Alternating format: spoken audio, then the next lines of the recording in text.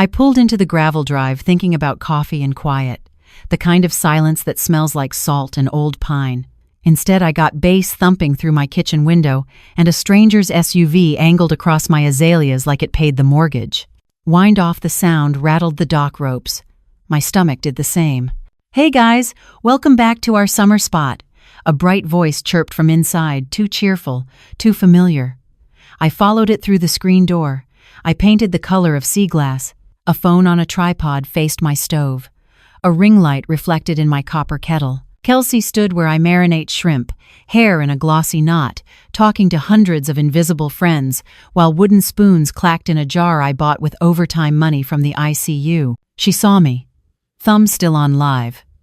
"Oh, hey," she said, smile not quite reaching her eyes. "We didn't think you'd be here. There's no room right now." No room. For me. In my house. I didn't raise my voice. 40 years of telling terrified families the truth about ventilators taught me the power of steady tones. "Kelsey, I'm going to set this down," I said, placing my overnight bag on the bench my husband built from hull timber. The bench creaked like a nervous witness. Kids I didn't know burst through the mudroom, dripping sand across the runner I braided last winter. A man in a fishing shirt squeezed past me with a case of soda and gave me that half-nod people use for store clerks. Over the sink, my embroidered dish towel, the one with a tiny lighthouse, was wadded and wet. It looked like it had tried to signal distress and been ignored. "Ethan said we could use it any time," Kelsey added, voice back to camera bright. "You know how empty places get. Lonely." "My cottage gets quiet," I said. "It does not get lonely." She muted the live. "Look, Ruth, we've got my sister, the kids, and my mom coming later. We can figure something out next weekend. Habinades." I took my keys from my pocket, the little pewter lighthouse chiming thinly against the metal. I'd bought that keychain when my husband's cutter returned from a winter rescue. He used to say lighthouses don't argue with storms, they just stay lit. Behind Kelsey, a beach tote leaned against my grandmother's pie safe. My breath caught. The tote was mine. My name was still sharpied inside. I looked around slowly, cataloging without moving. My shelf frame on the mantel turned toward the wall, my guest quilts folded wrong side out, my pantry labeled over with someone else's handwriting. My cottage had been rearranged to fit a story where I had no lines. "Who parked on the azaleas?" I asked softly. She blinked. "We'll move it." "And the ring light?" "It's content," she said. Like that explained trespass. Like the internet was a deed. I felt the old reflex rise. The nurse who smooths the sheet, apologizes for the IV, makes everyone comfortable, even when she's not. I breathed through it. In 4 counts. Out 4. My fingers stopped shaking. "I'm going to grab a few things," I said. "Then we'll talk when Ethan is here." Ethan slammed. He said, "Do what's best for the kids." "For the kids," I repeated, tasting the shape of those words. People hide whole schemes behind those 3. Down the hall, I passed the den where my husband's Coast Guard photo hangs. Someone had hung a floppy sun hat on the corner of the frame. I lifted it, dust purling in the light, and the man I loved looked back at me steady as ever. On the bookshelf below, the spine of my blue binder, our boundary file, peeped out from between cookbooks. I didn't reach for it. Not yet. You don't raise the lighthouse during a drizzle. Back in the kitchen, Kelsey had unmuted. "Anyway, guys," she told her audience, "we're making low country boil tonight if the store has crab legs because this is basically tradition now." Tradition. It takes a lifetime to make one and a weekend to counterfeit it. "Move the car off the azaleas," I said, still calm. "And please don't use the copper kettle on high heat. It scorches." She blinked again, surprised at the ordinary of my requests. "Sure." Outside, gulls heckled the dock. The tide was turning. In the reflection of the window, I saw myself with salt-frizzed hair and a keychain glinting like a small star. I could leave, come back with coffee, and pretend I'd misheard "no room." I could call Ethan and get tangled in explanations. Or I could do the thing I've made a life of doing, tell the truth in a steady voice, and let the facts stand. I rested my hand on the blue binder's spine. I didn't pull it free. Not yet. "Tell me, If a stranger live-streamed your kitchen and called it theirs, what would you open first, the door, your mouth, or the binder? I told myself I was only going to grab a sweater and my pill organizer. That's how denial dresses like errands. The hallway smelled wrong, a blend of sunscreen and cheap candle that swallowed the cedar I've lived with for 20 years. In the bedroom, the quilt was flipped inside out, as if my patterns were something to hide. My husband's handkerchief, the one I'd stitched with a tiny lighthouse during his last hurricane season, lay bunched on the nightstand, damp like it had worked overtime as a rag. I smoothed it out with my palm the way I used to calm patients' foreheads, and felt the absurd urge to say sorry to a piece of cotton. "Ruth?" a voice called from the porch screen. Miles, my next-door marina of a neighbor, always knocking like a metronome, 2 taps, pause, 1 tap. "You decent?" "Come in," I said, grateful for a familiar voice that didn't broadcast to strangers. He stepped in with the careful feet of a man who respects other people's floors. He clocked the flipped quilt, the tote that wasn't where it lives, and didn't comment. "That's friendship at this age, witness, without gawking." "I figured you should know," he said, lowering his voice. "Doorbell cam caught a lot yesterday. Folks moving bags to the garage. Looked like your name on some of them." I saved the clips to a drive. There's a special kind of quiet that happens when your worst suspicion receives a timestamp. It's not shock. It's arrangement, like your mind is setting chairs for an unwelcome meeting. I thanked him, and we stood there listening to a laugh track echoing faintly from the living room, Kelsey's video still looping through the house like a mosquito. "I'll email you the files," Miles added. "Timestamps and all. You can do what you think is right." After he left, I opened the closet where I keep my real backbone. The blue binder slid free with a familiar rasp, and the weight of it steadied me the way a railing does on a swaying dock. Inside, tabbed sections waited like old colleagues. Deed and taxes, photos and inventory, contacts, policies. I turned to the blank forms I saved for bad days. Incident log. I printed the date, wrote the time, location, Mariner's Rest, bedroom, kitchen, garage, present, Kelsey, plus unidentified minors, plus adult male, in fishing shirt. Observations. Personal items relocated to garage in trash bags. Bedroom quilt reversed. Embroidered handkerchief soiled. Pantry relabeled. Live stream filmed in kitchen. Evidence. Doorbell clips, Miles USB phone photos to follow. Condition. Owner present. Denied room in own residence. Tone of household entitled. Performative. My handwriting, steady from decades of charting vitals at 3 a.m., returned to me like muscle memory. Paper has a way of cooling hot rooms. It doesn't argue, it records. I took photos, not dramatic, just true. The wrong towels on the wrong hooks, the ring of a mug sweating on my grandmother's dresser, the pantry labels with someone else's font pasted crooked over mine. I didn't narrate, didn't sigh. Click, click, click. Facts dressed as pictures. In the kitchen, I opened the garage door. The heat rolled in heavy with motor oil and July. 3 of my storage tubs sat there with black contractor bags slumped over them like wilted crows. Sharpie on the lids. Ruth Winter. Ruth Docks. Ruth Xmas. Seeing my own name in someone else's hand hit me harder than the mess. Possession isn't just about keys.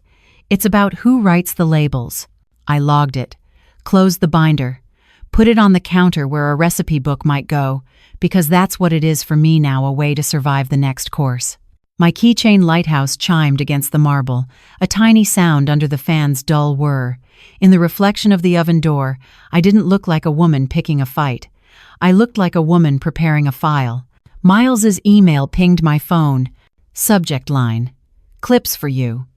For a second, I wished the camera had captured less. Then I remembered my husband's mantra about storms. You don't beat them by guessing their size. Tell me if your doorbell remembered more than you were ready to know. Would you feel safer or finally responsible to act? Kelsey's voice followed me down the hall like lemon cleaner sweet, synthetic, everywhere.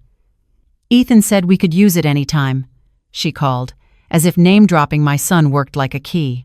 I could have answered from the gut. Instead, I answered like a nurse, with a chart. I slid the blue binder open again and flipped to a tab. I don't visit often because it makes me think about funerals, beneficiaries, POD, TOD. I'd labeled it in red years ago so I wouldn't pretend it didn't matter. Death paperwork isn't morbid, it's merciful. Still, looking at those pages with Kelsey's voice skipping in the background made me feel like someone had opened my mail without asking. I didn't want a scene. I wanted certainty. So I stepped out onto the porch, where the breeze still smelled like pluff mud and brine, and called the only place that's ever told me the truth without panicking, the credit union. Crystal Coast Federal. This is Ava, a calm alto said, like she'd been waiting for my number to light up. It's Ruth Delgado, I said.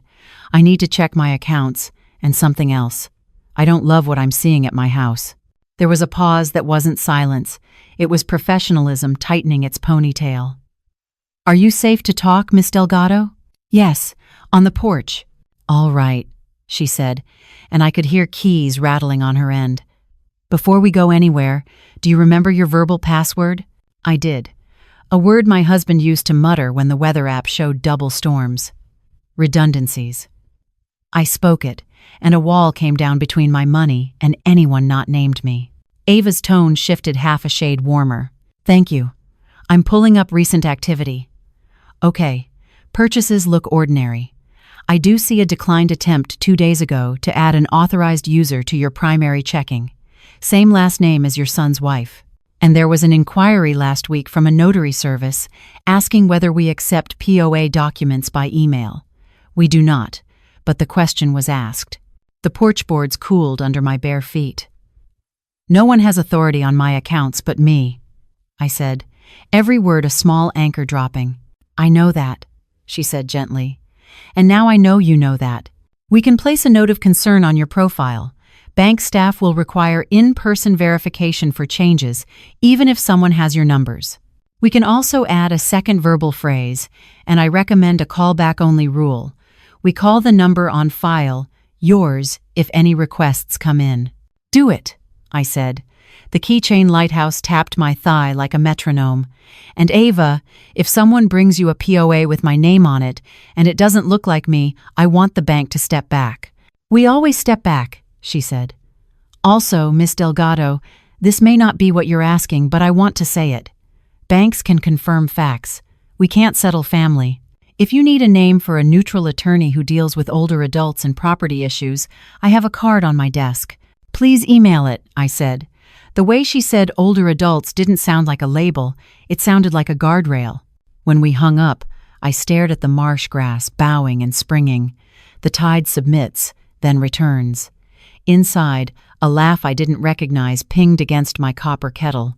I went back through the kitchen, and Kelsey lifted her head, eyes gleaming with a mix of camerawoman and Victor. Everything good? She asked, as if we were neighbors sharing sugar. I spoke with the bank, I said, setting the binder on the counter and smoothing the red tab with my palm. They're doing some housekeeping on my accounts. That's great, she said, smile faltering. Listen, Ruth, we're not trying to make it weird. Ethan just wants the kids to have a place to run. You come so little and… My name is on the deed, I said quietly, and on the bills, and on the taxes. That's not weird. That's ownership. She blinked, then softened her tone to a careful coo I've heard on her videos when she's selling something. We can help you manage, if it's getting complicated. I know paperwork is a lot. Paperwork, to her, meant inconvenience. To me, it meant oxygen. I opened the binder to incident log and added a line in my square, unsentimental script. Bank reports declined, authorized user attempt, outside inquiry POA acceptance. I dated it. I initialed it. I didn't look at Kelsey while I wrote. It's hard to grandstand in front of handwriting. You're really going to make this formal, she said finally, as if we were choosing outfits. I'm going to make it accurate, I said. Formality is how adults keep from becoming stories other people tell. In the den, my husband's photo kept his own counsel. In the hallway, Miles's USB drive waited by the door like a small gray witness. The house didn't feel like mine yet, but the record did. Facts have a way of pulling a thing back toward its owner. I closed the binder. The red tab showed like a warning flare, and it landed, hard and obvious, that chaos in families doesn't begin with screaming. It begins with paper, the wrong name added, the wrong question asked, The wrong signature planned. Who tried to add their name to my accounts and why now? The garage air felt like a wet towel thrown over the mouth oil in July and the slow grief of cardboard. I hit the switch, and the single bulb hummed to life, revealing 3 storage tubs dragged out of their neat line and hunched under black contractor bags like they were ashamed. Sharpie bled through the plastic in a handwriting that wasn't mine. Ruth Winter. Ruth Docs. Ruth XMAS. I don't know why the labels were what did it. Not the scuffs on the tubs or the grit on the floor, but my own name written by a stranger, like a substitute teacher calling roll in my life. I peeled back a bag. Inside, my sweaters were packed like laundry half-folded, still smelling faintly of cedar and the eucalyptus sachets I tuck in sleeves. In the Docs tub, the manila folders were out of order. Tabs that had been marching left to right like good soldiers were now staggered, some torn off. The folder labeled Coast Guard Keepsakes sat on top, unclicked. I lifted it and felt the absence before I saw it. The slot where my husband's commemorative coin should have been lay flat and empty, a perfect circle of nothing. The coin isn't worth much to anyone who didn't wait on a pier counting red and white flashes in the dark. To me, it's a storm survived. I set the empty folder down and felt something in me flip from humiliation to a colder element like water deciding it will be ice. Back in the kitchen, my phone buzzed. Miles, got another set. I walked next door and he met me on his porch, phone already cued. The clip from last evening played without commentary. Kelsey in my hall, hair up, tugging open the narrow cabinet where I keep documents I need but don't want to announce. She reached in, rifled, stacked, glanced over her shoulder. The doorbell cam picked up motion at the edge of frame, someone on the stoop at dusk, a brim of a ball cap, a shoulder, a hand with a manila envelope. The exchange was quick, practiced, not furtive enough to be innocent. Save the originals on the drive, Miles said. Timestamp solid. I nodded. That cold feeling steadied my voice. Thank you for seeing what you saw. This has been inspected in pay sena. At my counter, I opened the blue binder and wrote without hurry. Incident. Log 00. 2 garage tubs moved. Contractor bags. Labels in foreign hand. Coast Guard coin missing. Cabinet accessed. Video shows delivery of envelope from unidentified mail at 1914. Recipient K. Notes. Items not boxed by owner. Personal filing system disrupted. My keychain lighthouse brushed the metal rings with a bright little click. A ridiculous sound to mark a serious thing, but it reminded me of a bolt sliding into place. I took photos in the garage, not performative, just positions, labels, the coin folders hollow. I measured with my eyes the way nurses do when tape isn't handy. A 1/4 inch here, an offset there. A record is a kind of prayer. Let the truth keep its shape. When I stepped back into the kitchen, Kelsey was at the sink, sleeves pushed up like she owned the soap. We put some of your stuff in the garage so the kids wouldn't mess it up, she said, breezy, throwing me a smile like a throw pillow. It's safer. Safer for who? I asked. For everyone. I could have told her about the coin. I could have recited the labels like charges. Instead, I wrote a single line on a sticky note and tucked it inside the binder. Who was at the door with the envelope, and why were my files needed to open it? Outside, the gulls heckled the emptying tide. Inside, I closed the garage door and felt the house exhale around me, as if it had been waiting for someone to notice the difference between rearranging and removal. I thought I was only losing objects until I realized someone was practicing with my paperwork. Ethan showed up right before sunset, the sky going that thin peach that always makes the marsh look honest. He came in the back way like he did when he was a teenager, sneaking Pop-Tarts, shoulders a little hunched, eyes flicking over the kitchen like it might grade him. He smelled like ductwork and heatwork smells, and for a moment I wanted to hug him for that alone. Mom, he said, like a word he wasn't sure he could afford. Kel said you were upset. I'm home, I said. That's the word. He rubbed his neck, the way his father used to when the boat listed. We didn't think you'd be here this weekend. It's just a couple days. The kids love the water. I can keep an eye on the grill. Nothing gets broken. That's not the kind of broken I'm worried about. I slid the blue binder an inch closer to me on the counter, not enough to make a speech about it. Ethan, Who told Kelsey she could move my things? She was just trying to keep the kids from messing stuff up, he said quickly. We'll put it back. You're still the owner. No one's taking anything.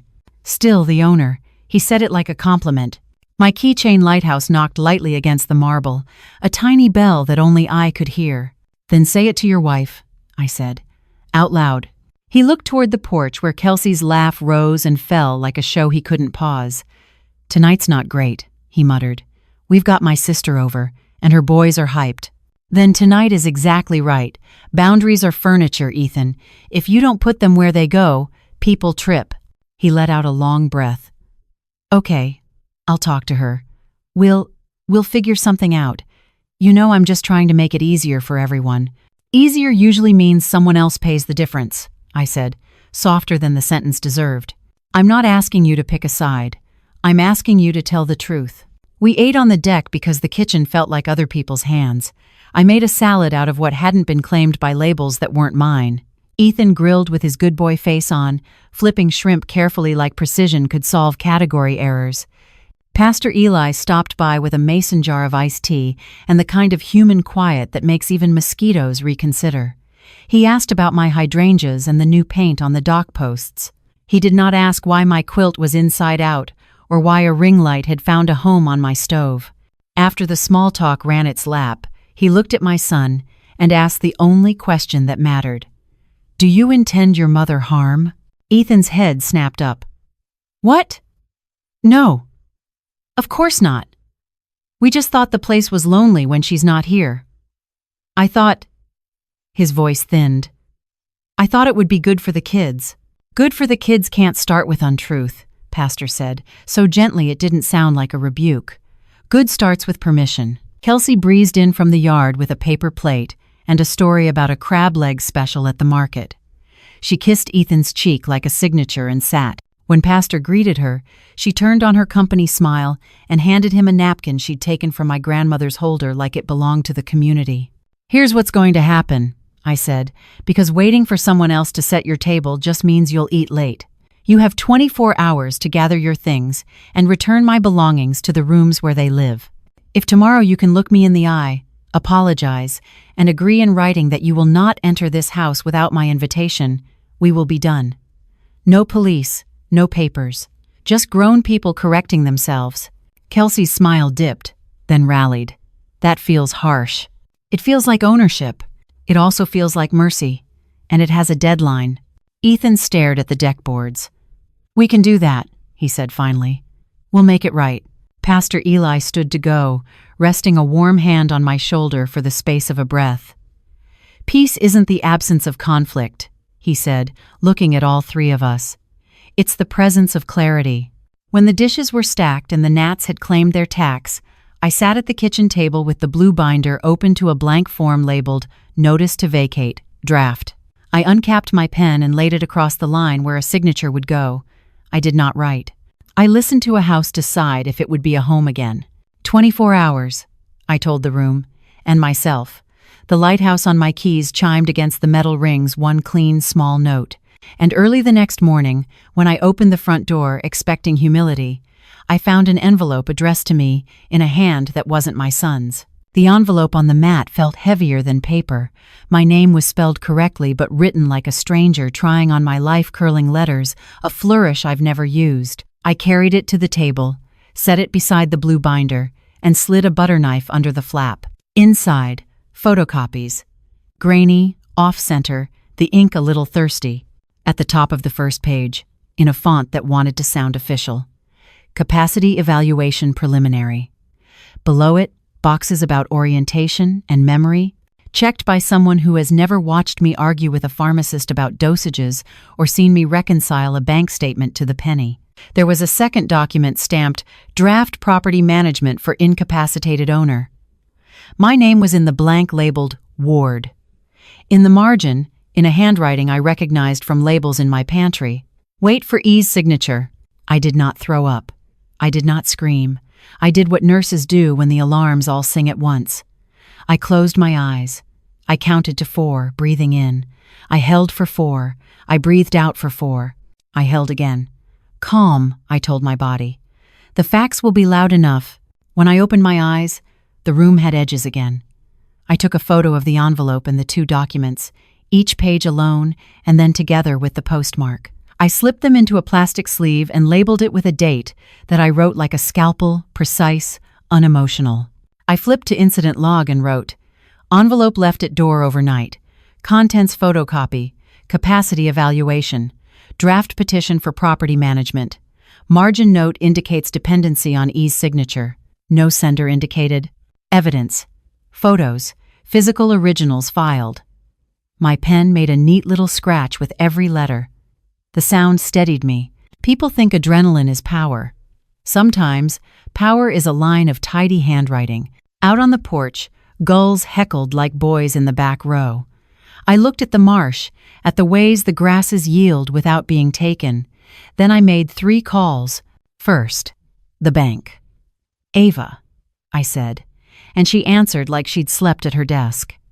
I described the documents, keeping my voice where it belongs. Steady, not sweet. "We've already added the callback rule and concern note," she said.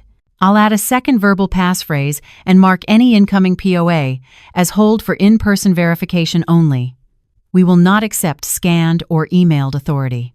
Do you want me to print a letter stating you demonstrated full capacity in-branch within the last 6 months?" "Yes," I said. "Put it in simple English.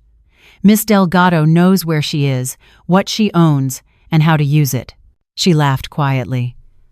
"I'll use our language, but I like yours better. I'll email a copy and have one ready for pickup." Second, the lawyer on the card Ava sent yesterday, Janelle Brooks.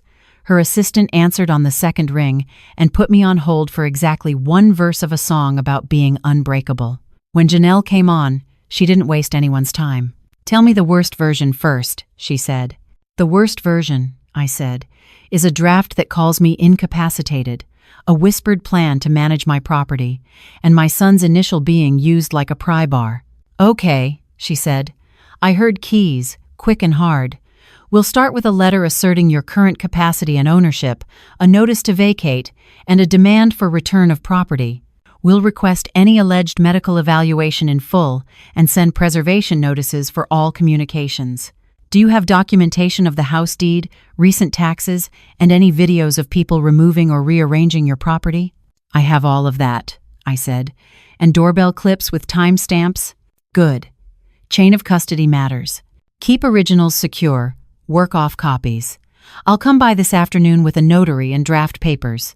Do not argue with them in the meantime. Do not touch their recording devices. Record your own observations, everything by email. This is not legal advice over the phone," she added, professional to the bone. "But it is a plan." "It's enough," I said. Third, the sheriff's office. I asked for civil standby for tomorrow morning. "It's a property situation," I said. "Family."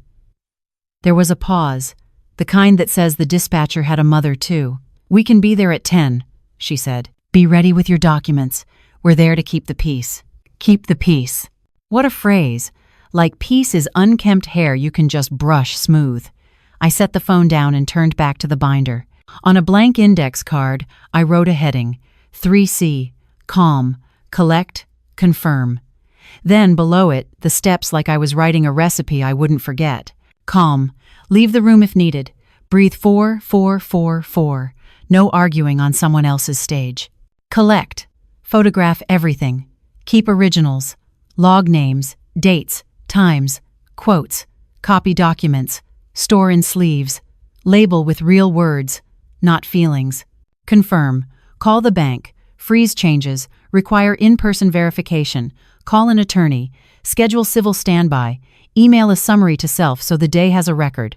I slid the card into the front pocket of the binder and said out loud for the empty kitchen, "This is not legal advice. This is my way of not drowning." In the bedroom, the quilt was still inside out. I flipped it back with an indulgent sort of ceremony, smoothing the stitch side over the mattress. My husband's handkerchief lay ironed now, or maybe it just looked that way because my hands had stopped shaking. I tucked it into the keepsakes folder and wrote "coin missing" in careful print. It's astonishing how naming a loss makes it less able to wander. From the hall, Kelsey's voice rose, syrupy for a second, then sharp. I didn't step into the frame. I wasn't a prop. I sat at the table and wrote 3 sentences in an email to myself with the subject line, Capacity Facts. I listed what I found, what I photographed, who I called, what they said. Sent. The ding on my phone was the sound of my life getting heavier in the best way anchored. By noon, Ava's letter arrived in my inbox with her clean bank language about my demonstrated ability to manage my finances. I printed it on my ancient inkjet and slipped it behind the red tab marked Capacity. The binder's rings clicked shut like a small gate. Here's the thing no one tells you about being called incompetent. It makes you more aware of your competence than you've felt in years.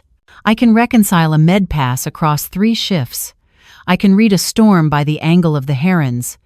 I can tell when a smile is a mask and when a deadline is mercy. At 2, Janelle texted, "On my way. Notary with me." I put on the gray cardigan I wear when I need to look like sense in a human body and set the binder in the center of the table like a compass. They thought they were preparing papers. So was I. I called 3 places in the order my husband would have approved: money, law, peace. Then I watched the tide turn and decided to do the thing lighthouses do: stay lit. Janelle arrived at 2:30 with the weather of someone who has packed a storm into a briefcase. A woman in a navy dress followed the notary carrying a small metal embosser and a folder the color of warning buoys. At 10 on the dot the next morning, the sheriff's deputy pulled in behind them, lights off, hat on, presents like a level placed on a crooked shelf. "I'm Janelle Brooks," she said to Kelsey in the doorway, voice professional but not interested in auditions. "Miss Delgado's counsel. We're here for a peaceful removal of non-owner property and to serve notice. You'll get copies." Kelsey tried a smile, the same one she uses for sponsored dish soap. "We're family," she said brightly. "There's no need to get official." For MITRE, family is the arena, Janelle said. "This is the rulebook. It's Spire." She laid papers on my dining table like a nurse laying out instruments. Notice to vacate, temporary, demand for return of property, preservation of communications, and a letter that said the simple thing, well ownership, as a fact, not a mood. The notary placed her seal, and the stamp sounded like a slow heartbeat. Thump. My blue binder sat open beside them, tabs feathered, the capacity letter from the bank tucked under a red flag. The deputy took a quiet tour, observing, hands clasped, the way professionals do when they are there to prevent heat rather than make it. Kelsey pulled out her phone, held it at that upward angle that forgives gravity, and started talking into it about betrayal and elders, and we were just trying to give the kids a summer. I watched the comments roll past like gnats, hearts, angry faces, little verdicts from strangers who've never smelled my cedar closet or paid my winter power bill. The deputy didn't flinch. Janelle didn't look. The notary kept stamping, thump, thump. Authority sounds like a muscle you forgot you had. Remembering. We started the inventory. Not the way TV does, no shouting, no dramatic music, just naming and counting, room by room, with the deputy as metronome. 2 quilts, owner marked, the notary said. 1 copper kettle. Embossed handkerchief, lighthouse stitch. Pantry labels altered, original labels photographed. When we reached the garage, I pointed to the tubs with my name written in a stranger's hand. "These return to the master," Janelle said evenly. "Contractor bags are opened and contents checked against owner's descriptions." Kelsey hovered at the doorway, still broadcasting. "She's making us look like criminals," she told her audience. I looked at the deputy. He met my eyes with an expression I recognized from 100 night shifts, the look of someone who's seen worse and chose steadiness anyway. "We're documenting," he said calmly. "That's different." "Sir." When we found the keepsakes folder, I opened it and showed the coins hollow, a perfect circle like a small eclipse. "Missing," the notary said, writing it down, her pen making tidy letters that sliced through the air. Janelle didn't turn it into theater. She simply added a line to the demand, return of listed items within 72 hours. Her handwriting, too, was neat, almost beautiful. I felt my ribs loosen for the first time in days. This wasn't revenge. This was correction. In the kitchen, Kelsey pivoted her narrative. If the coin turned up, it had slipped into a bag. If the handkerchief was soiled, it was because kids. I did not argue. I wrote. Incident log 003. Civil standby initiated. Notice served. Rooms inventoried. Coin documented missing. Live stream ongoing. Remarks minimize and reframe. Owner remained calm. Counsel present. Notary seal affixed. Miss Hart, Janelle said at the end. Tone like a door closing softly but finally. You have until noon tomorrow to remove your family's property and return what isn't yours to its place. You'll sign this receipt, acknowledging service. Any recording you continue to make today doesn't change what is written here. Do you understand? Kelsey's smile cracked. We were helping her manage. She gets confused. The deputy's pen stopped. Ma'am, he said, that's not the observation we're having today. Janelle slid the page forward. The notary hovered, seal ready. The room waited. Kelsey signed with a flourish that turned her last name into a decoration. The notary stamped, thump. We walked the perimeter once more. I said very little, choosing instead to say the things that last. Dates, times, labels, where an item lived before and where it was now. It's astonishing how much power lives inside simple sentences that start with is rather than feels. When they left, the deputy shook my hand like we'd done something ordinary and good, like changing a tire by the roadside. We'll be here at 10 tomorrow, he said. Have your documents where you can reach them. We're here to keep the peace. After the cars rolled away, the cottage breathed. The ring light looked suddenly plastic. I put the binder in the center of the table and the notary's embossed seals beside it, their raised edges catching light like shells. I emailed myself a summary, sent copies to Janelle, and attached Miles's latest clips with their patient little timestamps. Kelsey went live again that evening, voice dripping honey and grievance. The view count climbed like summer heat. Friends texted me screenshots with commentary they thought I wanted. I didn't watch. The only audience I need doesn't send emojis. By nightfall, the paperwork sat under a weight, a smooth stone from the beach that I've used as a paperweight since my husband brought it home in his pocket. The house was quiet enough to hear the seal edges rasp when my sleeve brushed them. I thought about all those eyes on a screen, judging a story they hadn't lived, and felt exactly nothing I needed to answer. Thousands might be watching, but the only pair of eyes that mattered were the ones behind a seal eyes that don't comment, only certify. I used to call it being the bigger person. In the ICU, it meant staying with a family an extra hour after a code, holding a hand even when my charting stacked like laundry. At home, it meant smoothing over Ethan's missteps, writing a check when a problem could have used a calendar, making room for people who arrived without asking. It felt holy, in the way self-erasures sometimes do. It also kept me tired. That night, with the deputy scheduled for the morning and Janelle's papers stacked like scents, the cottage went quiet enough for the truth to speak at a normal volume. I made tea in the copper kettle and sat at the table where my husband and I used to plot grocery lists like missions. The blue binder lay open, patient. My little lighthouse keychain touched the rings with a bright click. Its small sound has started to feel like permission. I thought about the nurse I've been my whole life. Nurses are trained to anticipate pain and head it off. We lean in. We offer water before anyone asks. We apologize for tape on skin we didn't break. Somewhere along the way, I started doing that with people who weren't in bed and weren't my patients. Somewhere I learned to keep peace by paying for it. Pastor Eli's words from the deck came back. Peace isn't the absence of conflict, it's the presence of clarity. I didn't need another metaphor, I needed a policy. So I wrote one. Not a speech, not a letter, not a plea. A policy. 1 page. Black ink. No wiggle. Family policy. Ruth Delgado. No wires. No cash. No temporary loans. If you are old enough to ask, you are old enough to budget. Email only. Big conversations in writing with a subject line and a date. No hallways, no driveways, no since we're here. 2-person rule. If money or property is discussed, 2 non-interested adults present or CC'd. Notary when appropriate. My home by invitation. Keys stay with owner. Stopping by is not a plan. Cooling off, 90 days. After a blow-up, no negotiations for 3 months. Cooling is not punishment, it's clarity. Documents live here. No paper leaves this table unless I sign the log and keep a copy. No POA changes outside daylight with counsel present. If I'm tired, it's a no. If I'm rushed, it's a no. If I feel small, it's a no. Kindness with a spine. Help offered must not harm the helper. I signed it like it was a discharge order. Then I slid the page into a clear sleeve and labeled the tab, "Policy is greater than pressure." It felt less like shutting a door and more like installing hinges on one.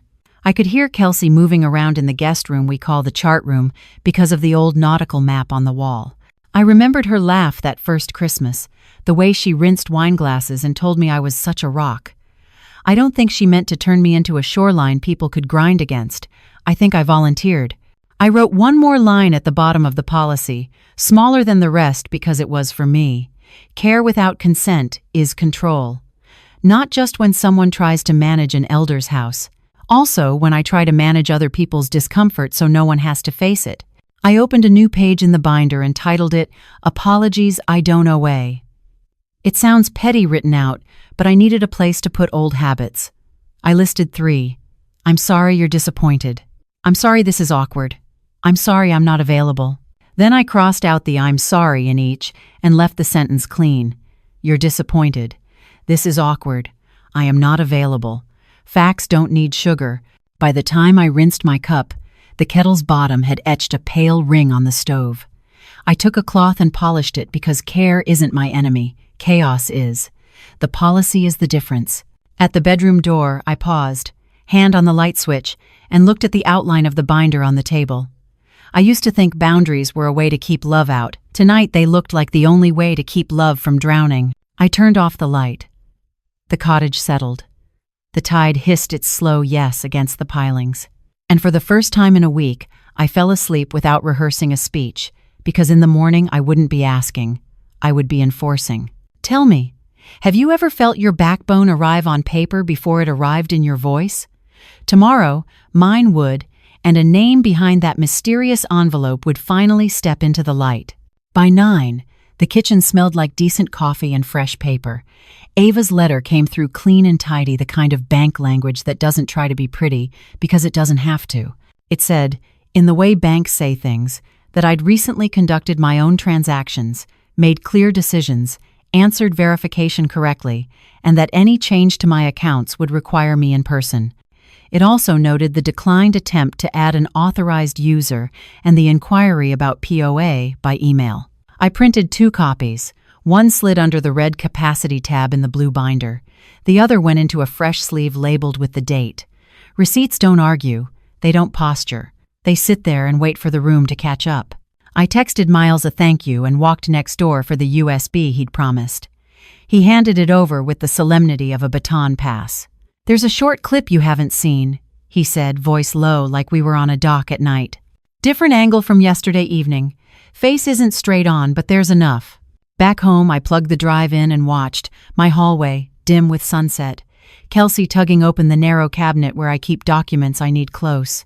She stacks papers like she's practiced. Then the frame catches a man at the threshold. Ball cap, sunburnt neck, a canvas messenger bag. He slides a manila envelope into her hands, taps the stack she's made tap like a teacher approving homework. He turns just enough as he leaves for the camera to catch the tail of a truck magnet parked out front. Coastal document prep, and a phone number with an easy rhythm. I didn't need full facial recognition. I needed a breadcrumb with a label. The magnet gave me both. I wrote it down. Incident log 004, delivery by adult male to K. H company indicated, coastal document prep, envelope exchange, hallway cabinet accessed, timestamp visible. Evidence. File. Clip. 718. 1914. MP. 4. On Miles USB. Truck magnet partially legible. Notes. Identify company. Ask counsel. Unauthorized practice of law. The binder's evidence section thickened. When I slid the rings closed, the little lighthouse on my keys brushed metal and chimed, the sound of something small and stubborn insisting it's still here. Ava called around 10:30. I'm sending a second document, she said. It's a simple statement for third parties. We don't accept emailed authority for Miss Delgado, and any future requests will trigger a callback to you. Also, for what it's worth, That business name? I've seen it on a flyer in the hardware store, not a law firm. Her tone didn't turn gossipy. It turned careful. You know this already, but I'll say it. We confirm facts, not relationships. Facts are what I've got, I said. They'll do. I laid the printed letters on the table and looked at the stack of things that tell the truth whether or not anyone in the room wants to. The urge to explain to make everyone understand how kind I've been, how wrong this is, rose like a habit and then sat back down. Explaining is what we do when we don't have paper. I had paper. There was one more thing I wanted in the binder before the day tipped into official. I took out a single page and wrote 7 questions before you sign, like I was making a recipe card for my future self. Then I wrote the questions the way I'd say them to a patient's daughter at 2 a.m. What exactly is this paper title and effect in plain words? When does it start working? And can it be undone? Who benefits immediately if I sign? And how? Who witnesses this? And do they owe anyone in the room a favor? What am I giving up in control, in privacy, in time? What happens if I don't sign today? What changes really? Have I shown this to a neutral professional who doesn't need me to be fast? Underneath, I wrote, small but firm, this is not legal advice. This is how I keep my life from being hurried. I tucked it behind the policy is greater than pressure tab so it would live next to the rules I'd made for myself. A boundary is just a promise with paperwork. My phone buzzed. A text from Janelle. Got a beat on coastal document prep. Name attached. Reed Wallace. Sanctioned before for document prep without license. See you at 2 with an affidavit template. The floor felt steadier under my bare feet. There it was, the shape behind the curtain. Not just them. Not just family. A person with a name who turns people's fear into forms. I didn't feel triumphant. I felt accurate. I sent myself an email summary the way I've been doing. Subject line, Receipts Morning, with 3 bullet points, Ava's letters printed. Clip shows envelope handoff. Company name legible enough to pull a thread. Then I added one more line that wasn't evidence so much as orientation. I know where I am, whose house this is, and what matters next. The tide huffed against the pilings. In the guest room, drawers slid, voices moved. A child laughed at something light and forgettable. The house was midway between storm and calm, like a patient between triage and treatment. I set the USB in the binder pocket, smoothed the sleeves, and let the weight of the documents make the sound they always make when you stack them soft and certain, like a book closing on the right page. They had their story. I had my receipts. And 2 hours later, I would finally learn the face behind that truck magnet and what, exactly, he'd promised my son when he taught them how to turn me into a signature. Janelle spread her papers like maps and pointed to the trail. His name is Reed Wallace, she said, tapping the printout with a short nail. Calls himself Document Prep, sanctioned 2 years ago for practicing without a license. He sets up solutions that look like law to people who are scared and in a hurry. She slid a 1-page affidavit template toward me. This is your statement about what you've seen, received, and recorded. We'll attach exhibits, the envelope copies, Ava's letters, Miles's clips, and a screenshot of that truck magnet. We keep chain of custody by listing who touched what and when. No dramatics. Just a ladder of facts. I signed the first page, my name landing square, where it always knows to land. The notary pressed her embosser. The raised seal caught afternoon light, like a coin finally found. Janelle sent the packet to herself and to the deputy, then looked at me the way good nurses look at a patient before moving them ready for the flinch, steady anyway. You sure you want to do this? She asked. I've been doing it, I said, nodding at the blue binder. You're just adding the stamp. At 3, the deputy returned same calm hat, same way of taking in a room without borrowing any of its heat. We replayed the doorbell clip on my laptop, Kelsey at my cabinet, the manila envelope, the ball cap, the messenger bag, the magnet with the number that rhymes. The deputy watched twice, then once more with his notebook open. We'll need a still of each frame with the time, he said. Print and digital. Keep the original file on that drive. That's your master. You'll give us a copy on a fresh one labeled today, your initials. That keeps the trail clean. Clean trail. I'd charted ventilator settings all night for less. This felt like the same muscle. Note, verify, double-check, sign. Ethan came alone. It was how he rang the bell, one press, then another, like he was asking and then apologizing that told me he hadn't brought Kelsey. He hovered by the door jamb until the deputy motioned him in. "I didn't know about the envelope," he blurted. "I mean, I knew there was a guy Reed, but Kel said he just helps people fill things out, like the DMV. You met him?" Janelle asked. "Even. At the hardware store," Ethan said, eyes skittering to the binder and away. "He had a table next to the paint chips. Said he saves families money because lawyers overcharge for simple forms." He swallowed. He said a lot of people get POA early, so there aren't issues later. He said it's normal. He said you'd feel relieved. My keychain lighthouse touched the binder rings. Click. The sound has started to feel like honesty. "Why now, Ethan?" I asked. "Why the rush?" He rubbed the back of his neck, his father's gesture, repurposed for shame. "Because I'm underwater," he said. "The HVAC job slowed after Easter. The truck needed a transmission. I put some money into crypto because everyone at the shop did, and then it dumped, and I kept thinking it would bounce." He laughed without humor. "It didn't bounce. We're behind on the card, on the kids' tuition. Kelsey's mom's meds cost more this year than we planned. Reed said equity is lazy if it just sits. He said this house could be working for the family instead of for the seagulls." "For the family," I repeated, and it tasted like sugar that went stale in the jar. Ethan looked at the floor. "He said if we helped you with management now, it'd be easier later. He said men are supposed to handle things, and I hate asking you. You always help, but it comes with a speech. So I thought if there was a paper." He stopped. His voice had thinned into something that couldn't carry itself. Janelle didn't fill the silence with moral commentary. She wrote, "So, Reed suggested documents. Kelsey contacted him. You were present at least once. You understood this as helping, not as transferring ownership. You also knew your mother's name would be on a line next to words you didn't write." She looked up. "Do I have that right?" Ethan nodded.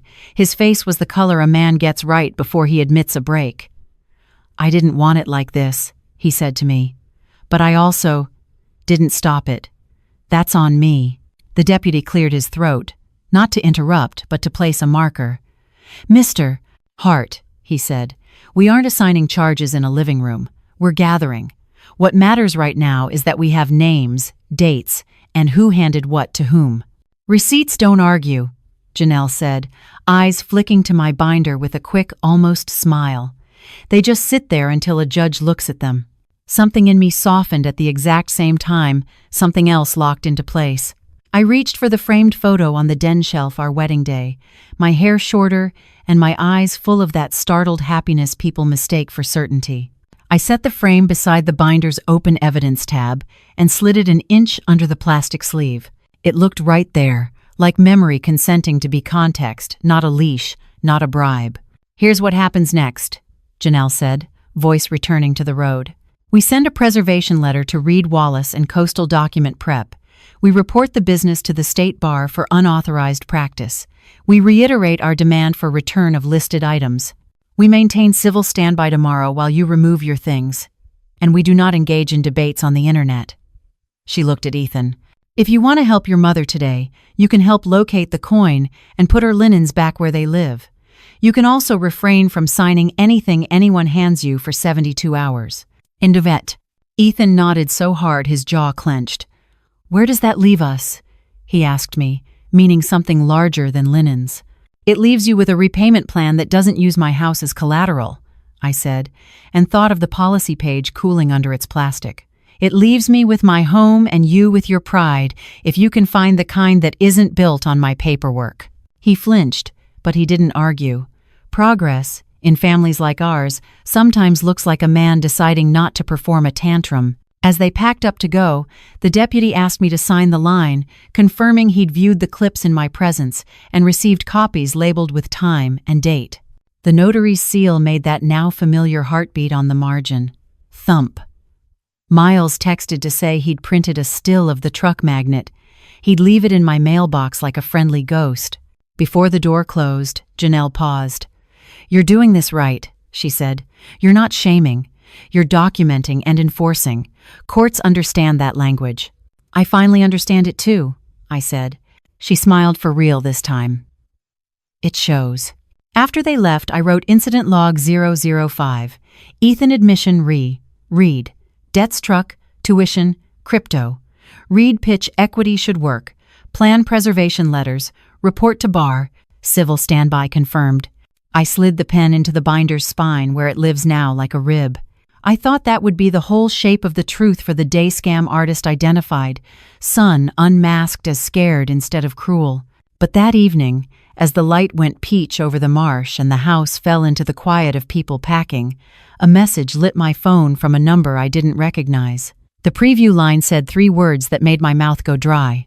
About that doctor. The text came from an unknown number. 3 words like a pebble dropped in a still bowl. About that doctor. I stared at it until the screen dimmed, then called. A woman answered on the second ring, voice brisk and tired in a way that sounded like stainless steel after a long day. "This is Marta Alvarez," she said. "I'm a physician assistant at Seaside Walk-In. Your name came across my desk, attached to something that shouldn't exist. I don't know you, but I believe in sleeping at night." I stepped onto the porch, the marsh there to catch what my face might do. "What did you see?" "A faxed capacity note," she said, "with my name printed under a signature that isn't mine, on a template we don't use. A man called Reed dropped off a packet earlier this week. He said it was simple paperwork for a family matter. Our front desk rejected it." He tried again. "He found someone to stamp it at a different urgent care, someone who thought they were helping. They weren't. I wanted you to know in case anyone tries to wave that document at you." The railing under my palm got very solid. "Thank you," I said, and those 2 words felt so insufficient I said them again. "Thank you." She hesitated. "There's another piece," she added, voice lowering a notch. "Kelsey brought her mother in last month, stage 3. The bill scared her. She cried in the hallway about losing the house they rent and needing school clothes. I'm not telling you this to excuse anything. I'm telling you because fear drives bad decisions, and sometimes naming the fear takes away its steering wheel." I closed my eyes. The gulls heckled the tide like they always do, indifferent to the human plot. "I hear you," I said. "I can hold 2 truths." I texted Janelle the summary. 10 minutes later, she sent back a response that read like a clean table. "Affidavit from Alvarez, if possible. Add to packet. Reinforces falsity. Does not erase conduct." Then, a beat later, "You okay?" "I'm steady," I wrote, which is not the same as easy. The next morning, the house was a choreography of leaving. The deputy arrived at 10, hat low, piece high. Boxes shuffled, apologies skittered, drawers sighed as they let go of what didn't belong to them. Kelsey came alone at first, hair pulled back, face bare of the camera's energy. She held a small velvet box like it was radioactive. "These were at my mother's," she said, not quite meeting my eyes. "She thought they were something else. I should have checked. I'm sorry." She opened the lid. My husband's coin winked up, imperfect around the edges. I felt it hit my palm, the weight absurdly small compared to its gravity. "Thank you for bringing it back," I said. I did not say what the coin meant. I did not perform the ache. Some things you don't share with people who have treated you like scenery. Kelsey swallowed. "I did something ugly because I was scared," she said. "It doesn't make the ugly smaller. I want you to know the shape of the fear." "I know some of it," I said quietly. Marta called me. Her head snapped up. Then she deflated. "Good. Someone should tell the truth." Janelle arrived with papers in a folder the color of a clear answer. We sat at the table where I've signed postcards and paychecks and sympathy cards, and she walked us through the stipulated order like a pilot announcing a smooth landing. Return of property completed and documented, with a list signed by all. Vacate by noon today. No contact for 90 days except through counsel about logistics. Restitution for the cleaning, damages, and a portion of my costs to secure the house. A line about no filming on or inside my property without my written permission. A line that reads like a line in the sand. Acknowledgement that no capacity determination exists. Any alleged document is withdrawn. Kelsey signed, her hand trembling just a little. The notary pressed the seal. Thump. The deputy initialed where the order asked him to stand as witness that this happened in a room and not just online. Ethan arrived midway through, carrying 2 boxes and a look I recognized from when he broke the neighbor's window with a baseball and came to confess. He set the boxes down and faced me like a man walking into weather. "I found a budget counselor at the credit union," he said, voice tight. "Ava sent me. I signed a repayment plan that pulls from my check the day it hits. No more cash trips from your kitchen drawer. I'll send you the schedule. You don't have to reply." He swallowed. "I'm sorry, Mom. Not in the kitchen table way where sorry means you feed me. In the grown way where sorry means I carry what I broke." I didn't hug him. I didn't give a speech or a sandwich. I nodded. "Carry it," I said. "I'll send you the list of organizations that help with medical bills and tuition that don't raid retirement. If you ask for help again, it will come with a calendar, not a check." He almost smiled and then didn't. "Okay." When the last car pulled away, the quiet wasn't empty. It was rightful. Janelle stacked the signed pages and set them in front of me, like a bouquet made of consequence. "One more thing," she said, softer. "Do you want to talk about your will?" "Yes," I said, because I'd had a month's worth of thinking in a week. I kept the house out of reach of anyone who looks at it and sees liquidity. I called Sea and Light Foundation the little scholarship fund we support through the church that gives stipends to nursing students and helps elders install ramps or locks or cameras. Mariner's Rest will go there now, in time, with instructions to keep it as a respite cottage for burnt-out nurses and caregivers twice a year. My son doesn't need to carry the weight of a house he once tried to turn into an ATM. He needs to carry himself. In the afternoon, the locksmith changed the cylinders, while the gulls complained about change like they always do.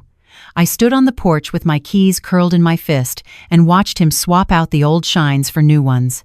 When he was done, I held the new key ring, and the mock high dung chimed against it, silver and insistent. The cottage felt like someone had turned the gravity back on. I updated the blue binder, Incident Log 006, order signed. Property returned. No contact set, restitution scheduled, locksmith complete, camera app installed, capacity falsity acknowledged. Marta Alvarez willing to sign affidavit. Reed Wallace reported to the state bar. Under that, in smaller script, I save for sentences meant to be prayers. Justice with air in it, not vengeance, not pity. Air. Kelsey sent one message through Janelle that evening. "I won't contact you directly during the no contact period. I'm getting my mother's medication assistance arranged through the county. I'm sorry for the things I broke that can't be listed on a form." I read it once. I didn't reply. Some acknowledgments live best as acknowledgments. When the light went out over the marsh, I took the coin to the den and set it beside my husband's photo. The circle of it glowed dull and stubborn, like something that belongs exactly where it sits. I touched the glass over his face, the man who taught me that lighthouses don't argue with storms, and felt the simplest relief. I didn't have to argue either. I just had to stay lit. Before bed, I printed one more page for the binder and slid it under a new tab that Ava would appreciate. Aftermath. I wrote 3 lines. Update will. Sea and Light Foundation beneficiary of cottage. Install cameras, rotate codes, lock paperwork cabinet, policy posted inside the door. This is not legal advice. This is how I remember who I am when someone tries to rename my life. The house creaked the way old wood does when it's telling you weather's changing. I turned off the lamp, and the room didn't feel like a museum or a fortress. It felt like a home, finally set to the right note. In the dark, the little lighthouse on my keys tapped the table. One bright, quick chime. Boundaries, not revenge. Love, not rescue. And paper, finally, where paper belongs between me and the storm. A month is enough time for a house to remember you. The cottage smells like cedar again, not aerosol summer. The copper kettle makes its small, proud hiss in the morning, and the dock ropes creak at night like they're telling old jokes. The blue binder lives on the top shelf now, not because I'm hiding it, but because I don't need it every hour. It looks like a reference book instead of a life raft. On the hook by the door is a new thing. A single laminated page I call the boundary card. I touch it on my way out the way some people touch holy water. On Thursdays, I go to the fellowship hall at church with a tin of lemon bars and a stack of copies. The flyer says Elder Justice 101, even though half the folks who come aren't elders at all, just daughters and sons and neighbors who've seen too much in somebody else's kitchen. Pastor Eli moves chairs. Miles runs the coffee urn. I set the boundary cards on the end of the table next to the hand sanitizer and a bowl of peppermints. It looks domestic, which is appropriate.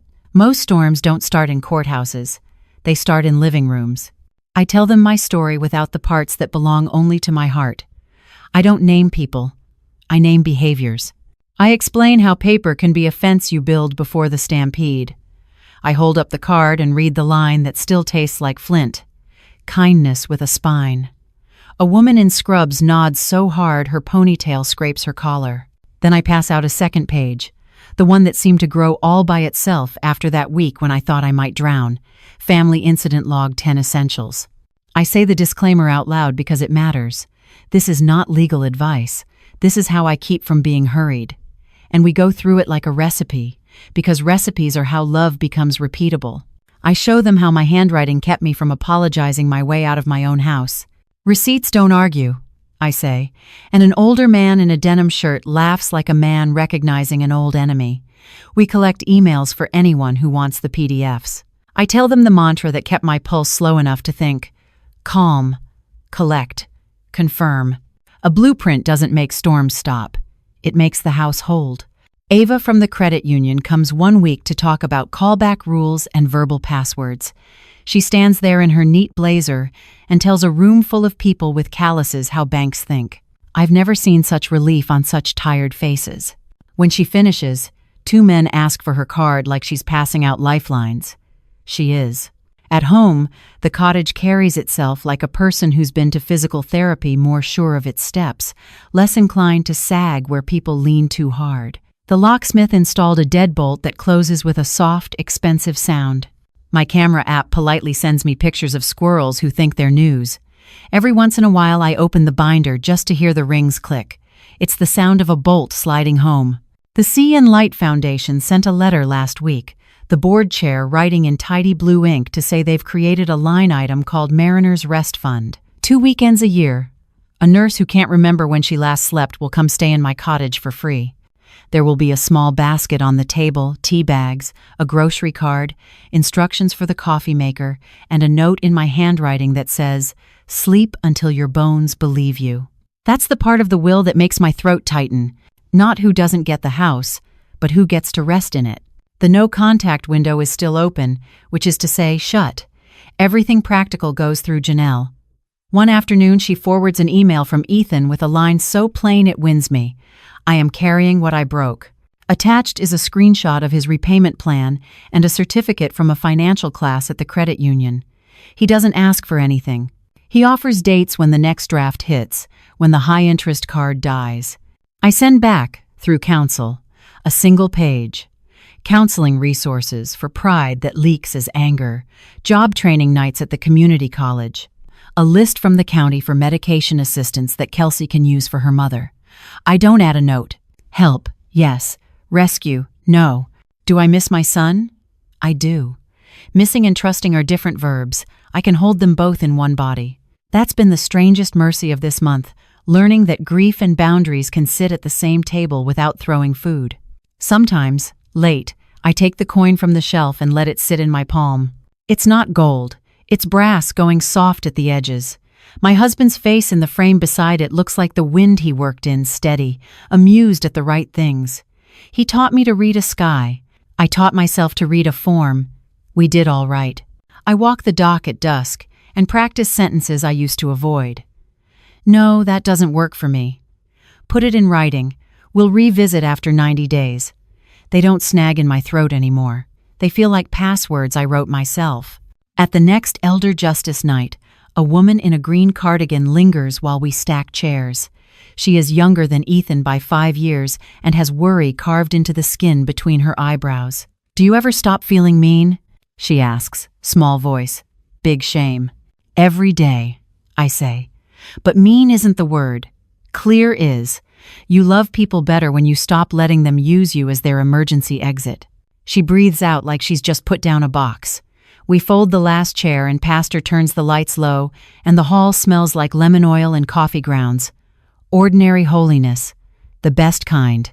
Back at the cottage, I lock the door and hang the keys on their hook. The lighthouse charm taps the wall, one bright, silver sound. I stand there in the quiet and say the thing out loud the way I promised myself I would, in case I ever forgot and needed to hear it again. I choose love with a lock. Kindness needs a spine. That's the heart of this story. Love doesn't mean rescue on demand. It means clarity on paper, in your voice, and at your front door. Or, as Ruth learned, receipts don't argue. Here's how to make that real. First, write, or rewrite, your minimum boundaries 1 page. Plain words, invitations only, no cash transfers, big conversations by email, 2 non-interested adults copied. Tape it inside a cabinet you open daily. Second, set bank guardrails, callback-only rules, a verbal password, and in-person verification for changes. Call your credit union. They do this every day. Third, keep a family incident log date. Who was present? What happened in plain words? 1 exact quote. Photos, file names, next step. Fourth, slow yourself with 3C. Calm, collect, confirm, breathe, document, verify with your bank attorney before you answer anyone's urgency. Fifth, before any signature, run the 7 questions. What is it? When effective? Who benefits now? Who witnesses? What do I give up? What if I don't sign today? Have I shown it to a neutral pro? This is not legal advice. Let the motif remind you, a lighthouse doesn't argue with storms, it stays lit. Your blue binder, however humble, is that light. Boundaries aren't walls. They're doors that open when you are present. If this resonated, drop 1 sentence you'll tell yourself on a weekday. Then download the 1-page boundary card plus family incident log, link in description, pinned, and share this with someone who needs a gentle, firm nudge. If you want more case files like this, subscribe. We're building practical courage together. May you sleep tonight on boundaries you chose, with your light steady and your keys exactly where they belong.